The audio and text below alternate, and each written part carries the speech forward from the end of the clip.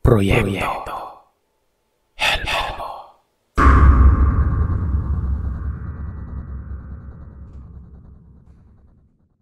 Tahimik ang pamumuhay namin noon sa bukid. Ang lugar kung saan ako lumaki. Namumulat, natuto. Ako nga pala si Lingling. Palayaw ko. Bunso at nag-iisang anak na babae. Meron akong 2 kapatid na magkakasunod lamang ang taon ng tanda nun. Natawagin na lamang din natin sila sa palayaw na Totong at Buboy. Kahit tahimik at payak, hindi tipikal na maliit ang kubo ng tirahan namin. Masyado kasing ma-visual ang aking ama sa paggawa ng bahay nun. Kaya kahit kubo type, may kalakihan ito. 3 ang pintuan. Isang pinto ay papasok sa kusina. Isang pinto ay papasok sa sala na tanggapan ng mga bisita. At ang isang pintuan naman ay yung nasa likuran na imbakan namin ng mga bigas at mga root crops na kadalasan ay sarado kapag hindi ginagamit. Maliban na lamang kung lalagyan na yung tabungos namin o imbakan ng palay at bigas. Meron din kaming silong para sa mga manok. At sa itaas ng silong ay may 4 na magkakahilerang kwarto. Pero ang mga kuya ko ay magkasama lamang sa isang kwarto nun. Sobrang close kasi silang 2 kaya naman hindi na nakakapagtaka. Maliban pa doon, ang aking amang si Tatay Teng ay medyo may mga pamahiin o may mga alam din sa mga elemento at laman lupa. Kaya paminsan-minsan ay pinapractice niya mga gawain na ito. Kagaya ng pag-aalay ng pagkain sa mga gilid-gilid, lalo na yung pinakamalapit na puno ng akasya sa amin. Kung minsan ay pagbabaliktad ng walis sa may pintuan. Alam mo yung hindi niya naman madalas gawin pero kung maisipan niya at trip niya ay gagawin niya na lang. Lalo at itong 2 kapatid ko. Simulat sa Polay Galaero. Lalo na kapag walang pasok kinabukasan. Ginagabi at kung paminsan-minsan ay inaabot pa ng madaling araw. Hindi naman mahigpit ang aming mga magulang sa kanila. Sa akin lang kasi nga babae ako at balingkinitan din. May mga kakaibang karanasan din ng 2 kapatid ko na ito patungkol sa mga aswang. Ito yung mga karanasan nila bago pa ang talagang nakakatakot na karanasan namin na nagbigay ng rason sa kanila para hindi na gumala-gala pa. Kasi itong mga una nilang naranasan, malalakas pa ang loob nila na gumala pa rin sa gabi nun. Itong una ay nang minsang ginabi sila at ang sinabi nila sa tatay ay may tinapos lamang sa group project. Malayo naman ang bahay namin sa school kaya nalalagi talaga sila doon sa school kapag may mga project sila. Yung lahat ng daan nila, Sir Seth, mapa-shortcut man o yung mga lugar na mas-shortcut pa sa shortcut na trespassing ka na talaga. Baragatan ang tawag sa lugar na yan. Kung magagawa ng mga mapuno, walang kabayan, lagusan pa ng papunta sa parting ilog na wala ding mga kabayan nun. Kaya maraming mga nagpaparamdam o nagpapakitang kung ano-anong mga elemento. Merong mga sightings ng tikbalang umano, mga kung anong San Telmo, Duwende at kung ano-ano pa. Yung tipong mga lugar na hindi naman dapat daanan. Kumbaga sa Waze, hindi naabot ng mapa. Subali ayun na nga. 10:00 na ng gabi noon. Doon sila dumaan sa shortcut na daanan na private property. Habang naglalakad silang 2 na, mabilis na nagmamadali nang makauwi at para maiwasan na rin na makapagalitan sila ni tatay nun. Nagulat na lamang sila nang may bigla na lamang silang narinig na hingal.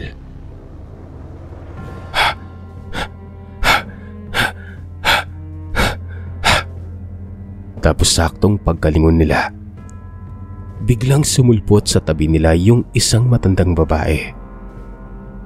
Maliit na babae umano ito na payat Hindi katangkaran ng mga kapatid ko pero mas maliit yon. Napakabilis umano nitong maglakad na tila nagmamadali. Nung halos kasabayan na nila ito sa paglalakad, lumingon umano ito sa kanila at nagulat sila sa napansin. Yung mga mata niya halos lumuwa na umano. Bilog na bilog at namumula. Hindi pong alam mo yung uubo pero hindi niya maubo kahit makati yung lalamunan. Kasi nga malagkit ang plema. Ganon. Yung titig niya nakalingon sa kanila. Yung ulo niya ay talagang walang kagalaw-galaw na sa kanila nakatutog nun. Pero ang katawan niya nanginginig at nagmamadaling maglakad. Pagkabukas umano nito ng bibig niya, aba, sunod-sunod yung tulo ng laway niya nun. Tapos yung ipin niya ay hindi na niya halos maitikom yung bibig sa laki. Magsasalita pa umano ito sana pero parang hindi makalabas ang salita sa bibig niya. At ang isa pang pinagtataka nila, mas mabilis itong maglakad kesa sa kanila noon. Nung nasa may bandang unahan na ito ay lumiko ito ng pakanan, yung papunta sa mga mapunong daan. Lumingon pa umano ito sa kanila sabay kaway na hinahawi sila o sinesenyasan na humayo na at bilisan. Sa takot ng mga kapatid ko ay binilisan pa nga nila lalo yung paglalakad nun. At sumaktong nasa dulo na sila kung saan aakyatin na lamang nila ang bakod of fence parameter, ay bigla umanong may kumalaskas doon sa may parte kung saan pumasok ang matanda. Para umanong may mga yumuyugyug na mga puno doon, mga sagingan. Tapos maya-maya pa, yung kampay ng pakpak na kasing tunog ng kampay ng pakpak ng manok.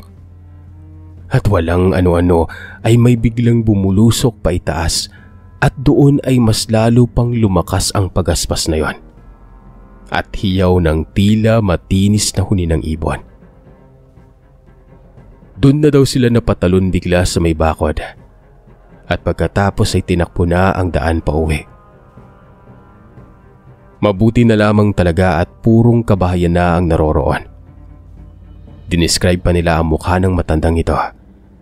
At ang sabi ni tatay ay baka daw yung taga-kabilang barangay na tinatawag na Lola Igna, na kilalang aswang. Lagalag po kasi si tatay, Sir Seth. Paiba-ibang barangay yan gawa ng nagkakatay din siya minsan kapag may okasyon sa isang barangay o sa isang pamilya. At siya nga, kasi nung minsang kasama ng mga kapatid ko si tatay sa kabilang barangay na yon, naituro nila ang matanda. At yun nga ang tinutukoy ni tatay na si Lola Igna. Sumunod naman na karanasan. Ito yung medyo weirdo na nangyari sa kanila noon. Usual, nakisingit sila sa piyestahan. Nakapagpaalam naman sila sa tatay at nanay namin pero ang kaso, imbis na umuwi ng maaga ay ginabi sila dahil sa pagbabantay-bantay nila ng roleta-roleta na merong hamster. Yung sa mga Bisaya dyan, bitoy-bitoy sulod sa buho. Kung alam niyo po yun, yung tataya ka ng numero sa perya, tapos kung saang number papasok yung hamster, yun ang mananalo. Subali ginabi nga daw sila 4 noon kasama ng 2 pa nilang kaklase. Naglalakad na sila pa uwi. Pasado 10:00 ng gabi. Marami pa ng mga tao doon sa barangay kasi nga kapistahan pero sila lamang umano yung halos naglalakad pa uwi noon. Mga bandang labasan, wala nang katao-tao. Nung nasa kalagitnaan umano sila ng paglalakad, parang biglang bumaho umano yung paligid noon. Imposible namang may patay na hayop doon gawa ng wala naman silang naaamoy kanina pagpunta. E di sana Nangangamoy na talaga ng matagal yun, di ba? Ngayon, itong kalsada na ito ay natatayuan ng iba't ibang hindi kalakihang puno. Ipil-ipil, saging, anahaw, gabi. Pero hindi umalo maalis ang tingin nila kuya sa isang punong nakatayo sa kalagitnaan. Habang palapit sila ng palapit dun sa puno na yon, para bang may mali. Wala kasing kadahon-dahon ang puno, tapos para bang nasunog sa sobrang itim. Alam mo sir, sobrang galing umano kung gano'n ang tinatawag nilang sa bulag sa mga aswang. Dahil kung kailan nakalapit na sila, sa kanila nakita yung kabuuan ng punong yon. Hindi umano puno ito, kundi tao. Nanlilimahid sa itim yung katawan. Tapos napakapanghi. Ang buong akala pa nga nila ay lasing yon. Pero bigla umanong dumaba. At pagkabagsak ng mga kamay sa lupa, ay naging isang malaking aso. Grabe umano ang sigawan na takbuhan nilang magkakaibigan. Kanya-kanya umano silang takbo at sa hindi malamang dahilan ay hindi man lamang sila hinabol. Nakatayo lamang umano yung aso sa kung saan nila ito iniwan, pero gayunpaman, hindi sila tumigil sa pagtakbo hanggang sa nakarating na sila sa barangay namin. Ito namang isa pa. Balikaranasan naman ito ni tatay tsaka ni Totong. Ito yung gabi na nagpasundo si tatay kay Totong kasi nga may kinakatay si tatay na hayop sa kabilang barangay. Tapos yung iba, magpapatulong siya kay Kuya Totong para buhatin at maipadala sa mga umorder. Ginabi umano sila ng uwi nun at syempre, uminom pa ng saglit si tatay sa mga kasama niya sa pagkatay. Nung pauwi na sila, aba, takang-taka sila noong nag-shortcut din sila doon sa likod ng barangay para ang lusot ay gilid na ng tulay ng ilog sa amin. Bigla umanong lumakas yung hangin. Yung akala mo uulan. As in malakas, narinig mo talaga yung pagtunog ng mga kawayan tapos sanga ng iba pang puno. Maya-maya pa ay biglang huminto naman yung hangin nun. Sumobra yung init na para silang kinulob sa bahay na walang bintana. Maya-maya pa, may mga manakanakang pagpatak umano ng tubig silang nararamdaman. Alam mo yung ambon na patalsik? Ganon. Akala nila ay uulan na kaya naman nagmadali sila nun. Hanggang sa nagtataka na si tatay kasi bakit ganon ang amoy. Kung tubig ulan, bakit napakabaho? Napalingon si tatay sa taas ng kapunuan at kitang-kita niya yung isang nilalang na parang anino lang. Nakabukaka, lugay na lugay ang buhok at yung ibang parte ng katawan ay parang nakatago sa kung anong dahon nun. Ang hindi makakalimutan ni tatay, yung dila niya na umaabot halos hanggang pusod niya. Para umanong ahas ang dila niyang may sariling buhay nun. Pagalaw-galaw. At yun ang rason na tila ba natatalsikan sila ng laway nun. Ang sabi pa ni tatay noon kay kuya, huwag lumingon sa taas. Pero ang ginawa ng mabait kong kapatid nun, bigla ba namang nagpailaw ng flashlight doon? Bigla umanong nagpakapa-kapa o nagpagpag ng pakpak ang nilalang na ito. At nung magsimula na itong lumutang ay doon ulit lumakas ang hangin. Takbuhan sila. Doon ako nagising noon kasi gawa nga ng aabuti ng minuto para mabuksan nila ang kandado ng pintuan. Sumisigaw silang dalawa. Sinubukan nilang talunin ang bintana namin sa kusina.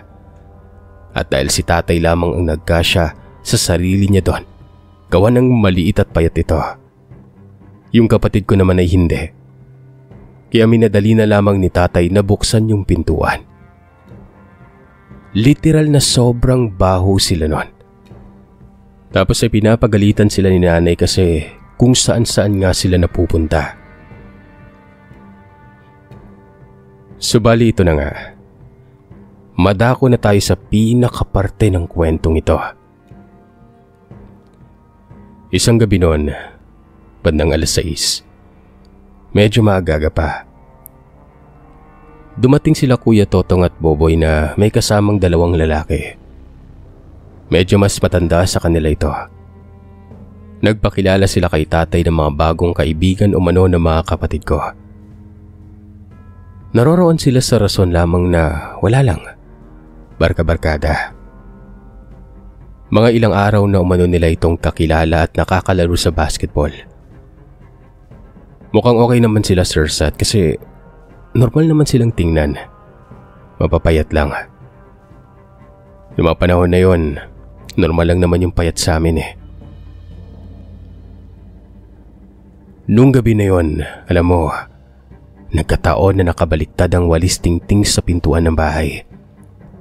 Siguro dahil minsan, gaya ng sabi ko, trip lang din ang aking ama nun. Nung pinapapasok na sila, tumanggi sila. Doon na lamang umano sila tatambay sa labas ng bahay. Kaya yun, doon na talaga sila tumambay noon. Pero nung gabi-gabi na at nagyaya na silang umuwi pero inalok naman nila kuya na may inom. Doon naman sila dumaan sa pintuan sa kusina. Bigla silang nakapasok, Sir Seth. Inalok pa sila ni tatay na kumain pero tumanggi sila. Ulam ba naman namin ay isdang paksiw na punong-puno ng bawang at luya, di ba? Pero kalmado pa rin yung mukha nila na parang wala lang. Sabay nagpaalam na mga ito at nagsabi na lamang na babalik sa susunod na mga araw. Hindi naman daw pumalag ang tatay kasi nakakahimala pa nga daw at hindi na ginagabi masyado ang mga kuya ko. Pero ang dahilan naman talaga kung paano nila nakilala ang dalawang ito na sina Kato at Jean ay dahil sa ginabi din naman sila noon sa kakatambay at kakalaro sa kabilang barangay. Kaya ganon. Halos tuwing hapon ay naroroon ng Kato at Jean sa bahay. Ako naman ay gawa ng bata pa ay wala naman akong pakialam dapat sa kanila. Madalas lamang akong kulong sa kwarto ko at nagbabasa-basa ng libro at mga pocketbooks. Kahit walang pintuan yung kwarto namin noon at kortina lang, hinahayaan na lang ako ng mga magulang ko. Gumagawa ng assignment at hindi din ako mahilig gumala noon. Lumabas o makipaglaro kasi wala naman kaming kapitbahay na kaidaran ko. Minsan, naglalaro lang sa eskwelahan pagkatapos ng klase pero hindi naman yung tipong nagpapagabi talaga. Hanggang sa isang hapon, siguro kung hindi ako nagkakamali ay mga mahigit 1 linggo nang paroon at parito sila Kato at Jean sa bahay. Nag-abalang magluto si Kato noon. May dala silang buhay na manok at kinatay nila ito sa bahay. Tapos lahat naman ng ricadas na pang-adobo ay ginamit nila sa pagkain. Nagustuhan namin yon, lalo na si tatay na mahilig sa manghang dahil hinaluan pa talaga nila ng sili ito. Marami ding bawang. Marami kaming nakain nun. Halos maubos na namin ang bandihadong kaldero ng kanin ng merong mapansin si nanay at tatay at ang mga kapatid ko. Hindi kumakain si Kato at Jean. Nasa labas lamang sila at manakanakang patingin-tingin sa amin habang kumakain. Niyaya sila ni tatay pero ang sabi nila ay kumain na daw sila. Nauna pa sila bago pa man kami makahain nun. Kung napapansin naman nun namin ay kulang na ang ibang parte ng manok. Yun ay dahil nga nabawasan na nilang sarili nilang mga luto. Sinabihan naman sila ni tatay na sa susunod ay sumabay na sila sa amin. Tumango lamang umano ang dalawa. Hindi kalaunan ay nagpaalam na rin ng mga ito. Marami pang mga pagkakataon na nagluluto ang dalawa para sa amin pero Sa tuwing niyayaya sila nila tatay na kumain, tumatanggi sila. Marami silang rason kaya siya pauwi na raw o hindi kaya ay busog pa o kumain na. Basta ganon. Sa madaling salita, ni isa sa luto nila ay wala silang natitikman. Paano ba naman? Lagi na lang may halong bawang ang sarili nilang mga luto nun. Pero gayon pa man ay parang naging karagdagan sa pamilya namin ang dalawa. Mabait sila kung mabait sa totoo lang. Ultimong ang mga kuya ko ay naging responsable. May mga pagkakataon pa rin naman na ginagabi sila pero kapag kasama sila ni Kato at Chin ay tila nakakampante ang mga magulang namin nun. Hanggang sa isang gabi, dumating silang apat. At ang bungad ng mga kuya ko sa aming mga magulang ay kung pwede umanong magpalipas ng isang gabi sina Kato at Chin sa bahay. Sa kadahilanang maaga pa umano sila sa susunod na araw. Aalis. At ito ang bahay namin ang may pinakamalapit na ruta sa dadaanan nila. Nung gabi na yon, nakabaliktad na naman ang walis tingting sa pintuan. Sa may pasala. Nabaliktad ata ng aking ama nun. Kaya kahit malayo ay umikot pa ang dalawa sa pintuan sa kusina para makapasok. Wala silang dalang kahit na anong gamit. Bagay na pinagtaka naman ni tatay. Nagpaalam sila na sa labas na lamang sila umano matutulog nun. Magduduyan na lamang sila doon sa may duyan din namin sa puno pero iginiit ni tatay na doon na matulog kahit sa sala lang. Tumango naman sila. Abala na ang lahat nun. Pati mga kapatid ko. Saglit na iniwan sila Kato at Chin sa may sala. Dito, nagulat ako nang bigla na lamang tumayo si Chin sa pintuan ng kwarto ko. Sabay tawag sa akin ng Ling. Ling. Lumingon ako sa kanya na parang ibang aura niya nung gabing yon. Nakatayo lamang na tuwid. Nakatingin. Ano po yun? Tanong ko sa kanya. Napatingin muna siya sa paligid at para bang sinisiguradong walang nakikinig sa amin. Bago siya ulit bumaling sa akin sabay sabi ng mga katagang, pwede mo bang kunin yung walis tingting sa pintuan? Ako naman noon na wala namang idea kung bakit gusto niyang kunin ko ang walis tingting. Kinuha ko naman sa pag-aakalang baka nahihiya lamang sila noon. Pagkatapos kong kunin ay tinanong ko pa si Jin kung ano ang gagawin doon. Sabi nito, ilapag lamang umano sa kung saan ko gusto. Ginawa ko naman ito. Nilagay ko ito sa tabi ng pintuan ko. Ngumiti naman ng maayos si Jin at nagpasalamat nun. Tapos ay bumalik na ako sa aking pagkakahiga. Hindi ko alam kung sinuwerte lamang ba ako o nagkataon lamang yun pero dinatnan po ako ng dalaw noong gabi din na yon. At kapag dinadatnan ako ay wala akong kagana-ganang kumain. Lumabas ako noon para pumunta sa banyo para sana makapagpalit. Mahinang-mahina lamang ang lakad ko. Pero kitang-kita ko ang dalawang kaibigan na mga kuya ko. Kung paanong mula sa pagtayo nila sa labas ng bahay habang nakatitig sa paligid, ay bumaling ang tingin nila sa akin noon. Titig na titig sila. Napakatalim ng tingin nila na ewan. Hindi ko maintindihan pero alam mo yung tingin ng mga manyak o may mga hindi magandang gagawin. Sa tagal ko silang nakikita sa bahay na wala naman akong nararamdamang hindi maganda sa kanila. Doon lamang ako pinanindigan ng balahibo. Pasinghot-singhot pa sila noon. Na para bang may naaamoy silang kaaya-aya sa akin o sa buwanang dalaw ko. Siguro, naramdaman ni Jean na parang saglit lamang silang nawala sa ilirat. Kitang-kita ko kung paano siya nagpunas at napalunok ng laway nun. Sabay hinga ng malalim at bumalik sa pagkakaamo ng mukha nila at sinara ang pintuan namin sa sala. Maski ako, napatulala. Pero baka dala lamang din ng sama ng pakiramdam ko ang dalaw ko na yon. Kaya naman nagpatuloy na ako sa pagpunta sa banyo at ginawa ang dapat. Nilinisan ang sarili. Bumalik na ako sa kwarto pagkatapos nun. Nung padaan na ako sa sala ay napansin ko na wala na sa labas sila Jean at Kato. Sinilip ko pa sila nun. Si nanay at tatay ay naroroon lang sa kusina pero hindi ko napansin kung nagluluto ba sila o hindi. Sila Kuya Totong at Poboy naman ay hindi ko alam na nasa labas. Baka kasama nga sila Kato at Jean.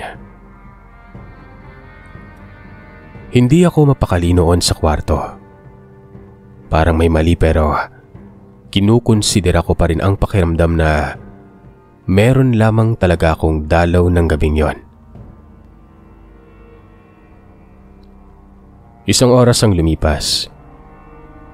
Tandaan nyo, isang oras lang. Nang makarinig ako ng hiyawan sa labas, sumisigaw ang mga kapatid kong lalaki at tuwang-tuwa sila nun.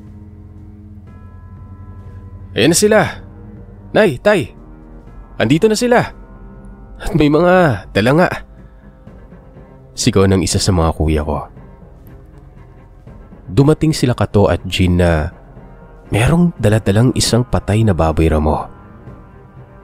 Sampay-sampay sa balikat ni Kato nun.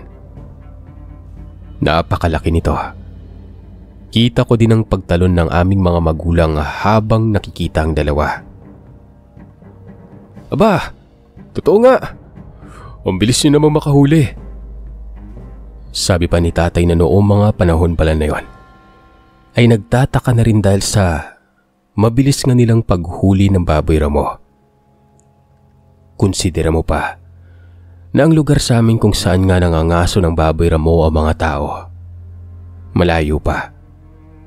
Kalahating oras din siguro ang lalakarin mula sa amin pero imbis na maghinala ay napabilib pa ang aking magaling na ama nun. Sa gabi na yon, dinig na dinig ko na magluluto nga ulit sila Kato at Jean ng putahe nila. At ito umano ang kauna-unahang pagkakataon na kakain sila kasama kami. Dito naman nagpabida si tatay at naglabas ng tinatago niyang lambanog. Tuwang-tuwa siyempre ang dalawa kong kapatid dahil minsanan lamang silang makakainom na kasama si tatay. Bumalik ako sa kwarto. Masama ang pakiramdam kong nahiga at tahimik lang. Hindi rin makatulog. Hanggang sa naamoy ko na yung mabangong weirdong ulam na niluluto nila, na kung hindi ako nagkakamali ay tila ba magkahalong amoy ng adobo tapos paksiw na punong-puno ng suka. Amoy na siguro kung maayos ang pakiramdam ko ay masasarapan pa ako. Pero hindi ng gabing yon. Hindi ako natuwa sa amoy na yon. Nandiri ako. Ling, tara na, kain na. Nagulat ako sa tawag ni Kuya. Nakaidlip na pala ako noon. Pagising ko ay mas lalong sumama ang pakiramdam ko. Pinilit kong bumangon kasi nakakaramdam na rin ako ng gutom noon. Nabutan ko sila sa may sala. Doon sila naglatag ng pagkain at inuman. Nung sumingaw na naman ang niluto ng mga kaibigan nila Kuya ay nahilo na ako noon. Napatakbo ako ng banyo. Sinubukang sumuka pero walang nangyari. Kaya naman bumalik na lamang ako sa kanila at sinabi kong wala akong gana. Muli akong sumilip sa kaldero. Paksiw na paksiw ang pagkakaluto nun. Ultimong ang pagkakahiwa ng karne. Ganon na ganon ang labas. Sinabi ko na lamang na bukas na ako kakain at hindi talaga kaya ng sikmura ko ang kumain nung gabing yon. Tumango na lamang ang aking ama. Ling, halika na. Kumain ka na. Mabilis kasing masira tong putahe na to. Dapat maubos ka agad. Sabi ni Kato. Umiling-iling ako. Ramdam ko na gusto pa niya akong pilitin pero nakita ko si Jean na siniko si Kato sa sabihing hayaan na. Sumimangot naman ang lalaki at pagkatapos ay sinabing magpahinga na lamang umano ako nun. Ituloy-tuloy ko na umano ang pagtulog ko. Bagay na ginawa ko naman. Ang alam ko ay nagigising-gising pa ako noon dahil paminsan-minsan ay maingay sila. Tapos ay unti-unti ko na lamang ding nararamdamang gumagaan na ang sama ng pakiramdam ko noon. Yung mga huling gising ko, naalala ko na nagpatay na ng ilawan noon. Tapos may mga tunog ng mga ginamit sa pagkainan na ang ibig sabihin lamang ay tapos na sila. Pero alam ko, hindi pa naman umabot ng hating gabi yon. At ito na nga. Nagising ako na may mga tunog ng lagabog sa may bahay. As in parang nambabangga ng pader. Ang mas malala pa nun, yung tunog o banggaan ay nanggagaling sa mismong loob ng bahay. Kaya sabi ko pa, ano kayang meron? Akala mo talaga ay may pumasok na kalabaw o hayop sa loob. Nakiramdam lamang ako. Bilang bunso ay ugali ko ng makiramdam. Hinintay ko sila nanay at tatay o maging mga kuya ko na bumangon para tingnan pero wala. Tunog ng hilik ang naririnig ko. At sa tanang buhay ko bilang nag-iisang bunso ng pamilya, ito ang kauna-unahang beses na marinig ko ang buong pamilya ko na napakalakas ng hilik na para bang daig pa nila ang pagod na pagod nun. Sa pagkakataon na ito ay hinayaan ko na lamang silang matulog. Sobrang weirdo lang dahil dapat sa lakas ng kalabog na yon, nagising na sana sila. Bumangon ako. Buong maayos ng pakiramdam ko nun. Kaya naman ang ginawa ko ay sumilip ako. Literal na dahan-dahang lumapit sa may pintuan ng kwarto ko at sumilip sa may kurtina. At hindi ako makapaniwala sa nakikita ko nun. Saktong pagkasilip ko, biglang bumagsak yung pagbukas ng pintuan. Bukas na ito at hindi man lamang nagawang isara. Hindi ko na rin makita o maaninag man lamang si Kato at si Jean sa may sala kung saan sila dapat humiga. Pero may naiwan nun. Amoy ng parang ulam nila noong nakaraang gabi. Pero mas matapang. Yung tipong pasira na yung asim ng amoy. Nawala naman din ito kaagad dahil sa pagpasok ng hangin mula sa bukas na pinto. Tiningnan ko yung paligid. Kahit madilim, medyo magulo ang sala. Nakahambalang ang mga upuan, lamesa. Tuloy-tuloy akong naglakad. Kahit man lang sana maisara ko ang pintuan. Dahil hindi ako kampante noon na bukas ito. Tiwangwang na tiwangwang. Ang bala ko sana ay hawakan na lamang at itulak ang pinto pero ewan ko ba kung bakit nagawa ko pang sumilip sa labas. Sa maniwala man kayo o sa hindi, kitang-kita ng dalawang mata ko ang dalawang lalaking nakayuko. Parang paluhod ang pwesto pero hindi umaabot ang tuhod sa lupa. Mga ilang dipa ang layo mula sa pintuan. Ang tagal ko silang tinitingnan.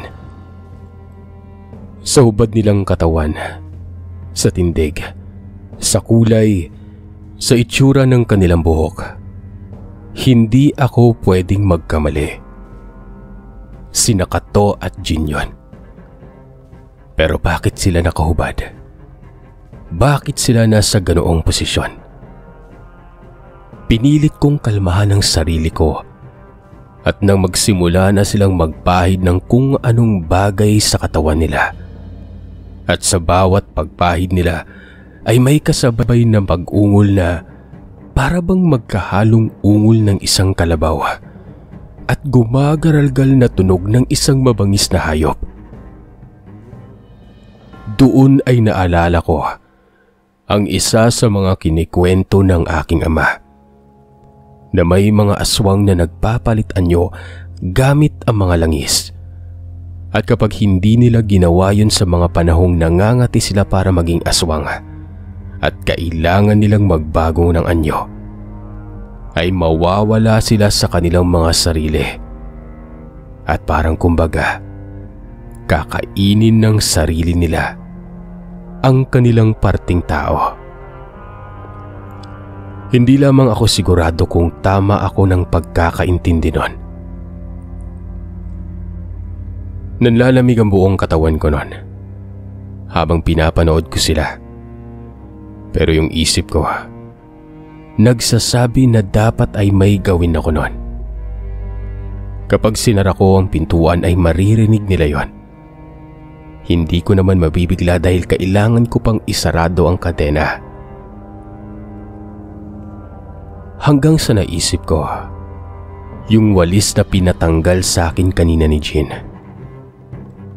Tiningnan ko ito sa isang tabi at dun ko ito nakita. Naalalang inilagay ko ito sa mismong tabi ng pintuan ng kwarto ko. Dahan-dahan akong umatras. Dahan-dahan akong lumapit sa kwarto ko para kunin ang walis tingting na yon. Pagkakuha ko, ay agad akong tumakbo at sinandal ko ito ng pabaliktad sa mismong pintuan ng sala. Huminga ako ng matagal. Napakatahimik ng paligid nun. Muli akong sumilip sa pintuan. Napamura ko. Wala na sila doon sa kanilang pwesto. Sobrang tahimik ng paligid. Nasaan na sila? Hanggang sa mula sa may bubungan na katapat ng pintuan ng sala, merong nahulog. Tandang-tanda ko pang pagkabagsak niya ay umikot ito at biglang harap sa akin nun. May hahambing ko ito sa isang taong lobo.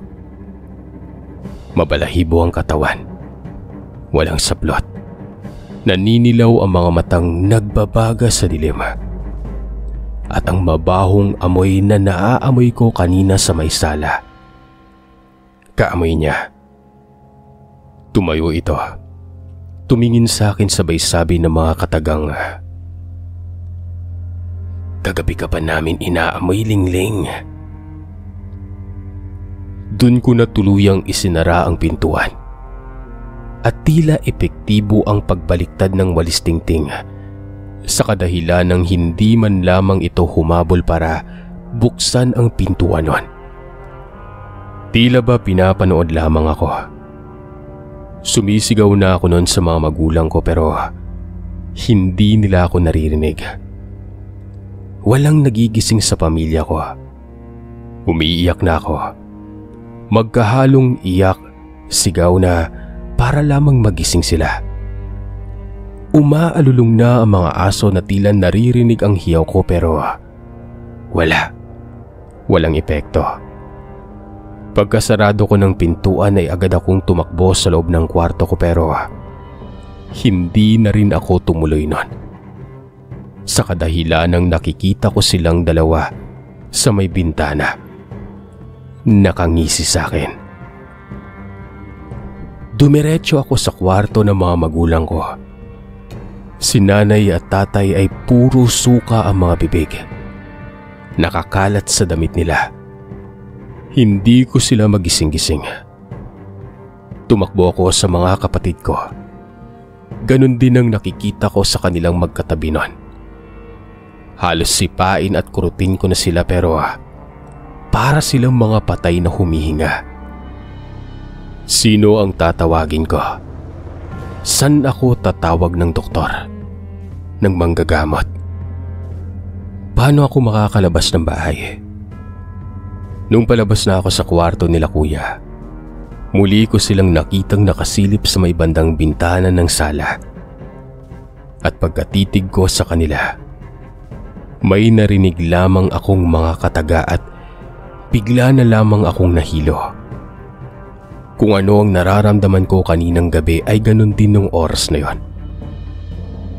Hindi ko may paliwanag pero pinagpawisan ako. Nagdadalawa ang paningin ko. Hindi ko na maiangat ang ulo ko.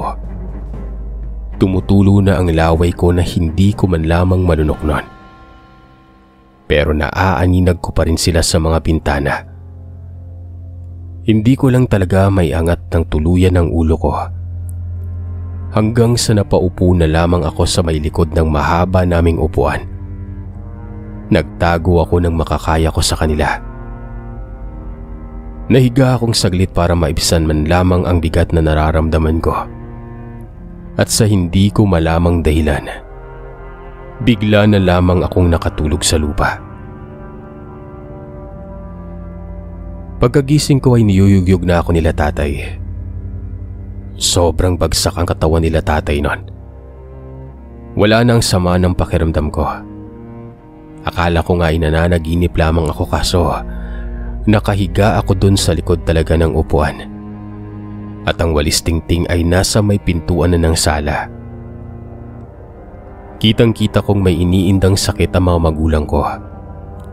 Sila kuya, maya-maya pa ay dumating kasama ng isang tricycle. Maputla din sila. "Anak Ling, halika, magpapagamot tayo." Yun lamang ang sinabi ni tatay. Pagkatapos ay umalis na kami. Agad-agad kaming dumiretso sa albularyo sa lugar namin. Tamang-tamang naroroon lamang siya sa bahay niya. Swerte kami gawa ng paminsan-minsan kasi ay kung saan-saan ito nakakarating kapag may mga gustong magpagamot sa kanya. Kilala nito si tatay kasi laman na din talaga ng katayan si tatay noon. At pagkakita pa lamang sa aming magpamilya, ang nasabi niya na lamang ay, "Naku Teng, mukhang gusto kayong rekrutin ah." Pinapasok kami. Sabay-sabay kaming pinausukan. Magkakasunod kaming dinasalan. Pinahiran ng langis at kiniskisan ng luya sa noo, sa palad at sa sakong ng paa. Matapos sa mga dasal at isa-isang hilot nun, lahat ay pinaupo ng manggagamot na magkakatabi. Maliban sa akin. Okay na umano ako. Wala nang dapat gamutin pa. Pero doon lang ako pinaupo sa may bandang hagdanan ng bahay. Isa-isang pinahawak ng manggagamot ng palanggana ang pamilya ko. Ang sama talaga ng mga itsura nila nun. Hindi ko matansya kung bakit pero alam mo yung biglang bagsak na mukha nilang lahat. Awang-awa ako. May konting hagod pang ginawa ang manggagamot sa likod nila, sa mga tiyan at noo. Pagkatapos ay isa-isa niyang dinasala ng 4 na itlog na hilaw. Nilagay sa baso at tig-isang pinainom sa pamilya ko. Pinalunok niya ito at kitang-kita ng 2 mata ko, Sir Seth. Nung inisa-isa niyang tusukin at bumulong sa bandang pusod at sinabing saluhin sa palanggana, sumuka silang lahat ng kulay abong suka. Alam niyo yung bagoong na isda? Ganon na ganon ang nailabas nila nun. Masangsang ang amoy. Hindi ko talaga alam kung bakit at paano nila nailabas yon. "Sige, ilabas niyo lahat," sabi ng manggagamot. Ang dami nilang naisuka hanggang sa maya-maya pa ay unti-unting nanumbalik ang mga kulay nila. Yung pisngi nila ay nagkabuhay ulit. At nung wala na silang mailabas, saka sila pinainom ng tsaa o mano na gawa sa may niyog nun. Hindi ko na alam o maalala pero Kakaiba yung amoy. Amoy lambanog pero manamis-namis na amoy at meron pang halong kinayod mismong loob ng buko. Ininom nila ito. Sabay-sabay silang dumigay. Paramihan. Pagkatapos ay hinilot pa sila isa-isa ng manggagamot bago madetermina ng maayos na sila. Pagkatapos ay naroroon na ang kwentuhan. Pailing-iling pa sila tatay. Hindi makapaniwalang si Kato at Jean, ang mga bisitang magaan ng pakiramdam nila, ay mga aswang. Hindi kami balak kainin o ulamin pero balak umano kaming iyang gawin. Hawaan ng pagiging aswang nila. Marahil ay natuwa umano sila sa mga kuya ko. Kumbaga gusto lamang ba maging kauri pero sinuwerte lamang ako nung gabi na yun dahil sa nangyari. Kumbaga naghanap lamang umano ng tamang panahon ng mga ito para makuha ang tiwala namin at tuluyan na kaming mahawaan nun. Subukan umano naming isa-isahin ang barangay kung saan nakilala at nakasama nila kuya itong dalawang ito. At wala kami umanong makikitang Kato at Jean. Totoo nga, dahil ultimong ang mga nakalaro nila kuya kasama ang dalawa ay mga dayo lamang ang pagkakaalam nila sa mga ito. Talagang mula noon ay hindi na nagpapagabi o nagdadala ng hindi gaano kakilalang tao si kuya sa amin. At yung dating naaalala lamang ni tatay na mga pamahiin tungkol sa aswang ay ginagawa na naming routine araw-araw para makasigurado kaming hindi na kami magkakaroon ng mga bisitang aswang.